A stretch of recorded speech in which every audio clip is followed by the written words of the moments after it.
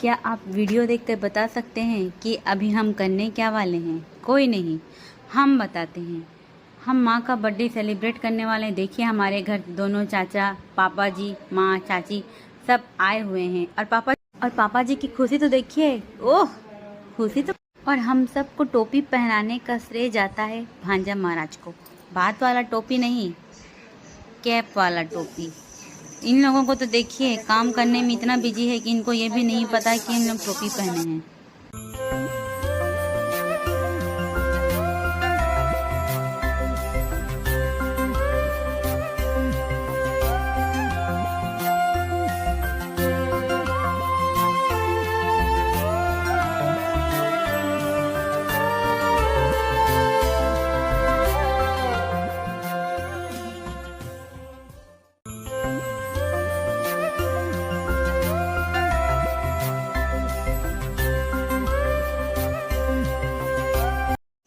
आपण मानक जदि आमर वीडियो भल लागला लाइक करबे और सब्सक्राइब करबार लगी भूलबे नहीं।